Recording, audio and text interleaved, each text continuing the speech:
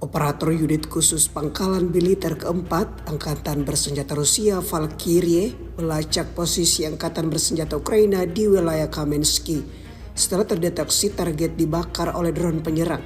Rekamannya ramai beredar di media sosial Telegram pada Selasa 23 Juli 2024. Untuk kesekian kalinya militer Ukraina tak berhasil mengelabui tentara Rusia. Dimanapun mereka berusaha bersembunyi, tentara Rusia tetap berhasil menemukan pergerakan tentara Ukraina. Seperti yang terlihat dalam rekaman, posisi militer Ukraina langsung diledakkan oleh serangan UAV Rusia. Imbas dari kebakaran tersebut membuat tentara Ukraina kembali dapatkan kerugian besar.